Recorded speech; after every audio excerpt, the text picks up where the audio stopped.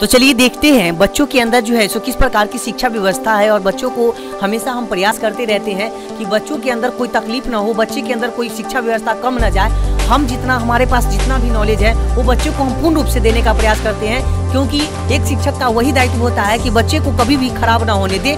मेरे पास जितना भी शिक्षा है वो सभी शिक्षा को हम पूरी ईमानदारी के साथ बच्चे को देना चाहते हैं, क्योंकि बच्चे जो है आज का कल का भविष्य है। और बच्चे को अगर हम शिक्षा अच्छा से ना देंगे तो उसका भविष्य कहाँ चला जाएगा, तो यह शिक्षक पर डिपेंडेड होता है।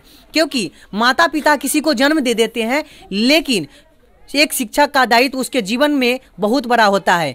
इसीलिए तो माना जाता है ना कि शिक्षक जो हैं वो भगवान से भी बड़े हैं। क्यों?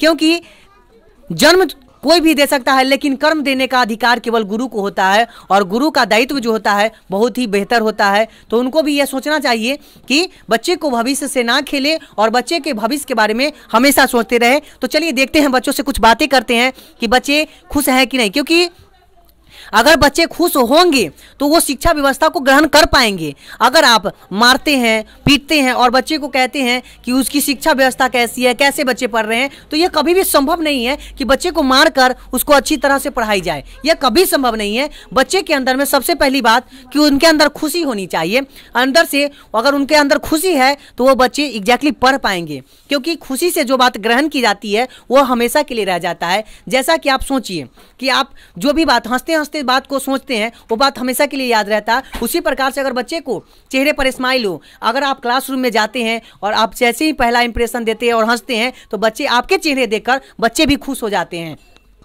तो बच्चे घबराते नहीं है। और जब बच्चे में अगर आप गुस्सा में आते हैं और बच्चे को क्लास रूम में जैसे ही जाते हैं तो बच्चे भी घबरा जाते हैं, और जिस कारण से आप अगर कोई भी बात को पढ़ाते हैं इसका मतलब है कि बच्चे के अंदर नहीं जाने वाला है। एग्जैक्टली मान लीजिए, तो एक शिक्षक का दायित्व होता है कि जब भी वो क्लासरूम में जाए तो अपने अंदर जितने भी आपको अगर मान लीजिए किसी प्रकार का दिक्कत है, पारिवारिक दुख है या किसी प्रकार का है, तो क्लासरूम में आप मत वैसे इंटरफेयर कीजिए, क्योंकि आपकी खुशी बच्चों की खुशी के ऊपर निर्भर करता है।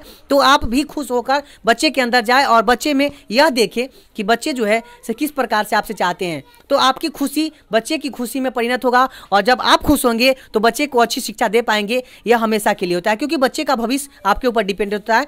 तो हमेशा क्लासरूम में आप मुस्कुराते हुए जाइए और बच्चे भी स्माइल करेंगे और बच्चे आपको प्यार भी